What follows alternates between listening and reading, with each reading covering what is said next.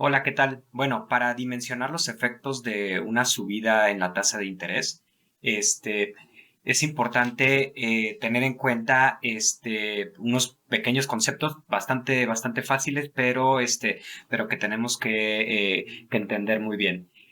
Primero que nada, existen dos tipos de bancos en realidad, o digamos que para efectos prácticos podemos decir que existen dos tipos de bancos. El primero son los bancos comerciales, los bancos que comúnmente conocemos, Santander, BBVA, B por Más, Banorte, bla, bla, existen varios bancos comerciales. Y por el otro lado existen los bancos centrales, ¿no? Bueno, en el caso de los bancos centrales son entes que son hechos por el gobierno y que tienen básicamente un objetivo, que es, en el caso del Banco de México, el objetivo es preservar el poder adquisitivo del peso, de la moneda mexicana, ¿no?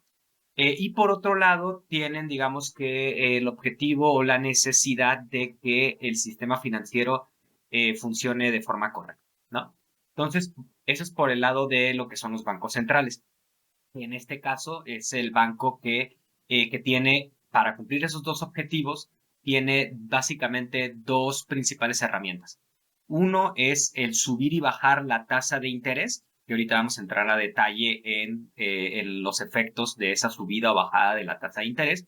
Y por el otro lado, tiene la herramienta de poder imprimir dinero, inyectar dinero a la economía,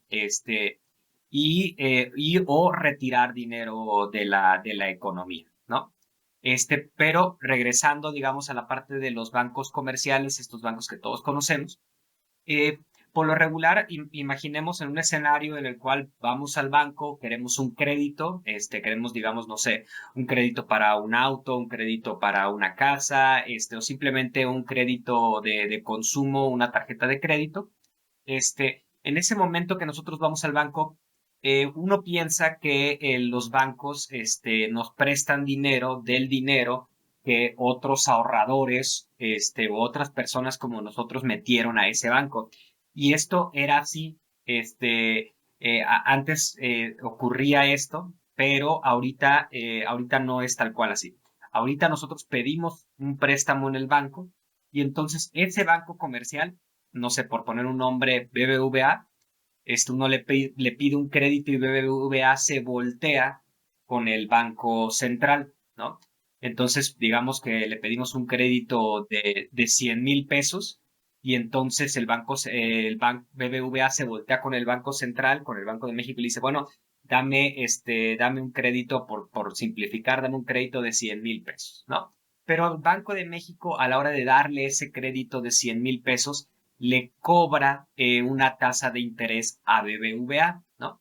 Entonces BBVA en realidad nos cobra el costo de la tasa de interés a la cual BBVA pidió prestado para prestarnos a nosotros y además del costo de esa tasa de interés que le va a pagar al Banco de México por ese préstamo, te cobra a ti un diferencial, una tasa de interés adicional, ¿no? Entonces, la tasa de interés que nosotros como consumidores y las empresas como consumidores de crédito obtenemos es la sumatoria entre, digamos, la tasa de interés a la cual el Banco Central le presta el dinero a los bancos comerciales, adicional la tasa de interés que los bancos comerciales nos cobran a nosotros.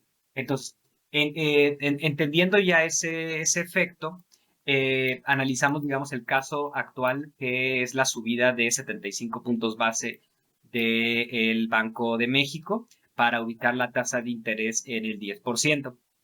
Eso significa entonces, al subir, digamos, la tasa de interés, el crédito que nosotros íbamos a pedir al banco, ¿no? Pues ahora es más caro, ¿no? Ahora es mucho más caro porque el banco que nos prestó ese dinero, pues tiene que pedirle ese dinero al Banco de México y pagar ahora una tasa de interés más alta, por lo cual la tasa de interés que nosotros vamos a terminar pagando como individuos o como empresas es más alta, ¿no? Ahora, ¿qué pasa si la deuda nos cuesta más cara a las personas y a las empresas? Bueno, pues entonces, si íbamos a comprar, por ejemplo, una moto, íbamos a comprar un carro, íbamos a invertir en nuestro negocio, tal, y juzgamos que quizá no era tan importante, porque ahora ya suben los precios, digamos, sube el precio de este crédito y el crédito se vuelve más caro, entonces decimos, mira, ¿sabes qué? Igual y ya no era tan importante esa moto, esa bicicleta, lo que sea que me iba a comprar, pues postergo esa decisión. Y entonces en vez de comprarla ahorita, pues digo, bueno, voy a guardar mejor ese dinero y la voy a comprar después, no voy a pedir ese crédito y entonces al no pedir ese crédito, no consumo, ¿no? Pero sumando, digamos, a todas las personas en la economía mexicana, si todas las personas en la economía mexicana o la gran mayoría decidimos no comprar, no obtener ese crédito, y por lo tanto no comprar esos bienes que si el crédito hubiera estado más barato, si hubiéramos comprado, si decidimos ya no comprar, entonces, digamos, la demanda por productos, por bienes y servicios en todo México disminuye, ¿no? Y cuando disminuye la demanda por bienes y servicios, cuando disminuyen las ventas, entonces las distintas fábricas, las distintas empresas, pues tienen menos ingresos porque ya no van a vender las unidades que tenían ahí producidas, ya no las van a vender, porque pues ya la gente no tiene dinero para comprarlas, entonces ya no pidió ese crédito, por lo tanto ya esa gente no va a comprar sus motocicletas, por seguir en el ejemplo, y entonces esta empresa pues tiene menos ingresos. Si estas empresas tienen menos ingresos, digamos, pues esas empresas tienen de dos vías, ¿no? Tienen la vía de despedir trabajadores, para despedir trabajadores porque pues, ya no van a producir la misma cantidad de bicicletas que producían antes, entonces, pues ya no necesitan tantos empleados, o bajar el precio de esas motos, de esas bicicletas, para que entonces esas bicicletas se puedan vender. Entonces, como podemos observar aquí, la tasa de interés, la subida de las tasas de interés, afecta directamente a la inflación. Es decir, bueno, primero que nada, la inflación es la subida de los precios, es ese diferencial de los precios de los productos, se calcula a través de, este, de canastas, se divide entre inflación, pues principalmente subyacente, que es de todo lo que tiene que ver con productos agrícolas, y productos o sea, energéticos, ¿no? Y la otra parte que es la inflación no subyacente, que tiene que ver con los componentes más volátiles, ¿no? Pero bueno, en el ejemplo de las motos, pues entonces, si la empresa, para que salgan las motos que ya produjeron, decide esta empresa bajar los precios, pues entonces las demás empresas, digamos que decidan bajar los precios, entonces tenemos un efecto de la inflación a la baja, ¿no? Pero no solamente afecta a la inflación, sino que también afecta al crecimiento económico. Entonces, por un lado, tenemos el efecto que nuestra deuda sale más cara, por lo tanto, nuestra deuda al salir más cara decidimos dejar de consumir. Al dejar de consumir, las empresas tienen menos ingresos, es posible que hayan despido de trabajadores y al final hay una bajada de los precios, pero una caída en la actividad económica, una caída en toda la economía, ¿no? Entonces, si las tasas de interés crecen a un ritmo muy rápido y en una proporción muy grande, pueden provocar recesiones, pueden provocar depresiones económicas, puede provocar que básicamente haya crisis económica en un país. Esto al final provoca que disminuya la inflación, pero a costa, digamos, el desempeño de la economía, ¿no? Ahora, ¿estamos en ese caso particular en México? La respuesta es no. En México sí subió la tasa de interés, sí los créditos son más caros, pero no es el único efecto que está jugando en este momento. Hay otro efecto que provoca que haya una actividad económica muy fuerte. El último dato del INEGI con respecto a actividad económica en México está en 4.7%. Este, bueno, uno podría decir, bueno, ¿por qué se están aumentando las tasas de interés y debería de estar bajando la economía? ¿Por qué está subiendo la economía? Bueno, esto es porque las tensiones geopolíticas, el efecto de las políticas del COVID, este, ha impulsado en el mundo ha impulsado en el mundo eh, que las cadenas de suministro se vuelvan muchísimo más frágiles y por lo tanto muchas empresas prefieren estar cerca del mayor mercado de consumo que es Estados Unidos.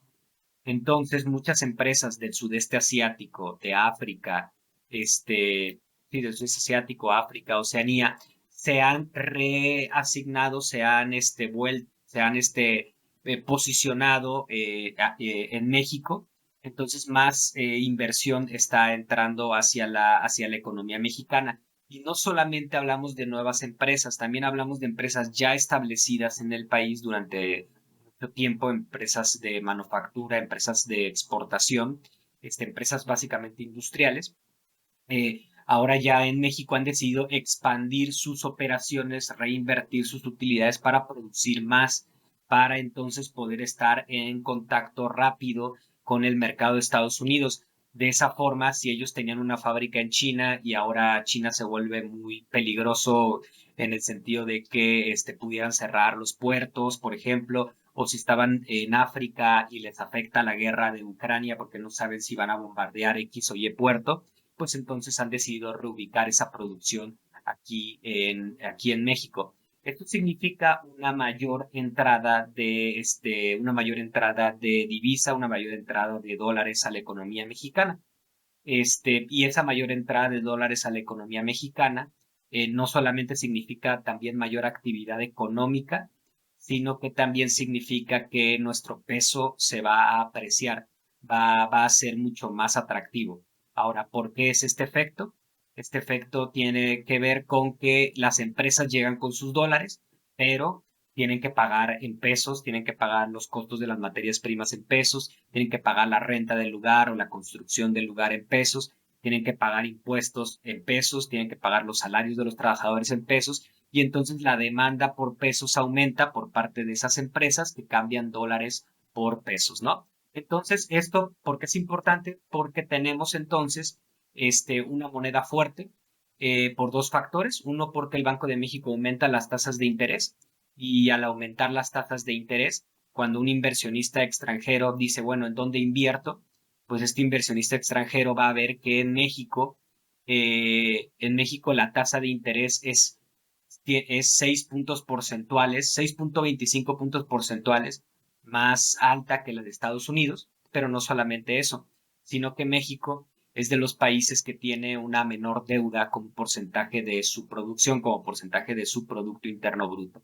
Entonces, México se convierte en un país en el cual está entrando mucho dinero por la parte de la inversión, está subiendo sus tasas de interés, está apreciándose su moneda, ¿no? Y entonces es muy factible que el riesgo país de México empiece a bajar, es muy bajo en comparación con otros países. Muchos otros países, por ejemplo, en la crisis del COVID, decidieron endeudarse para dar apoyos a la economía. Ahorita, estos países que sí les dieron apoyos a la economía y entonces su economía no cayó tanto, actualmente se enfrentan a una crisis de no poder pagar esas deudas, se endeudaron y ahora no lo pueden pagar y entonces por eso sus monedas se están depreciando. En el caso de México, no decidió tomar ese camino, tiene una deuda baja, de bastante baja si la comparamos con deudas de los demás países. Por ejemplo, Brasil está arriba del 90%, Colombia arriba del 80%, Estados Unidos está arriba del 120%, economías como Japón 130%. Entonces México, al tener un porcentaje de deuda versus producción de alrededor del 50%, pues se encuentra muchísimo mejor que otras economías. Entonces tenemos ahorita una economía como la economía mexicana que está creciendo, le pegó duro la crisis del COVID, pero ahorita se está recuperando, pero se está recuperando sin deuda, ¿no? Entonces, en ese sentido, pues el efecto que se espera por parte de la subida de las tasas de interés es que nos cuesten más los créditos. Esto no es un buen momento para adquirir nueva deuda. Como ciudadanos y como empresas tenemos que ser muy cautelosos, ¿no? Pero también tenemos el efecto de un peso más fuerte. Entonces, por lo tanto, si queremos comprar si queremos tecnificar nuestro negocio, comprar máquinas, comprar software, comprar cosas hechas en el exterior, importar, este es un buen momento porque nuestra moneda ahora puede comprar más cosas que en el exterior. Y por otro lado, todo este influjo de dinero, todo este dinero que está entrando a la economía, también ha hecho que los salarios del empleo formal, los salarios promedio, perdón, el salario medio del DIF, perdón, del IMSS, el salario medio del IMSS haya aumentado. Este indicador del salario medio del IMSS básicamente nos dice cómo se están moviendo los salarios en la economía formal. Entonces, los salarios en la economía formal han aumentado, ¿no? Han aumentado porque nuestra tasa de desempleo está en niveles mínimos históricos. Sin embargo, claro, tenemos una altísima tasa de informalidad, pero entre más aumenten los salarios medios del IMSS, más aumenta el salario del empleo formal, más atractivo va a ser y más gente de la economía informal se va a pasar a la economía formal. Y esta gente de la economía informal, pues va a tener cada vez más incentivos para estar del lado de la formalidad.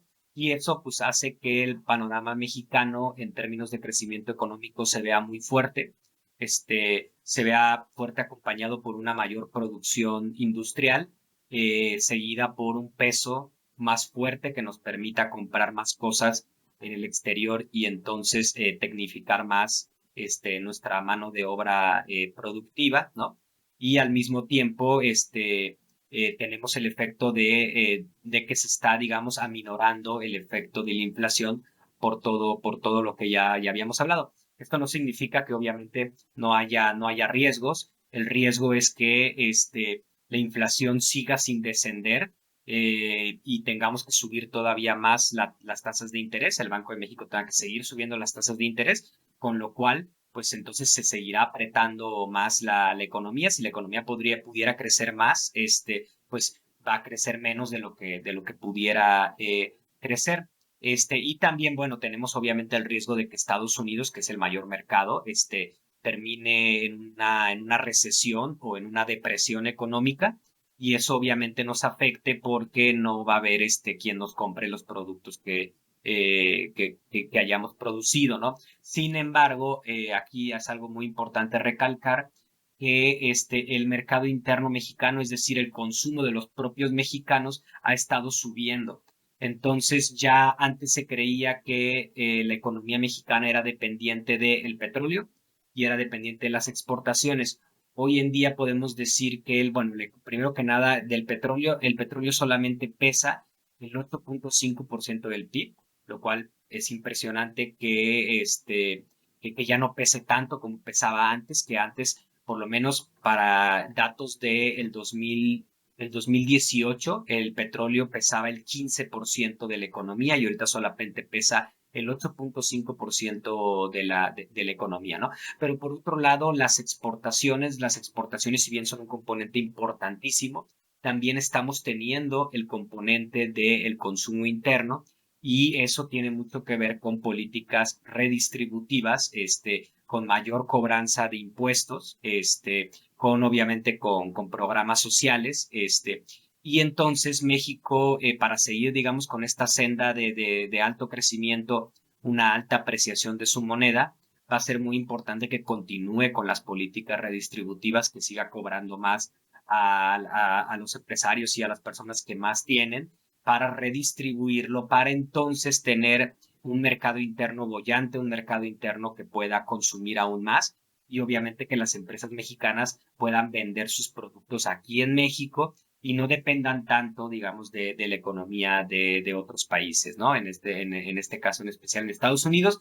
Entonces, pues sí, es el efecto, la subida en las tasas de interés nos provoca menos actividad económica, nos provoca menos inflación, detener la inflación, y nos provoca también que nuestras deudas salgan más caras. Entonces, con que seamos muy cuidadosos, con respecto en qué compramos, en qué gastamos el dinero, en las deudas que pedimos, pues deberíamos, digamos, como ciudadanos, poder hasta ahorita, en este momento, soportar, este, y bueno, y la economía mexicana, se prevé que todavía siga su senda de crecimiento siempre y cuando Estados Unidos no caiga muy duro y muy fuerte, y que se siga manteniendo este crecimiento por el mercado interno y por las políticas que actualmente se están implementando. Entonces, pues eso sería todo. Espero, les haya sido de utilidad y cualquier duda, pues estoy pendiente. Muchas gracias.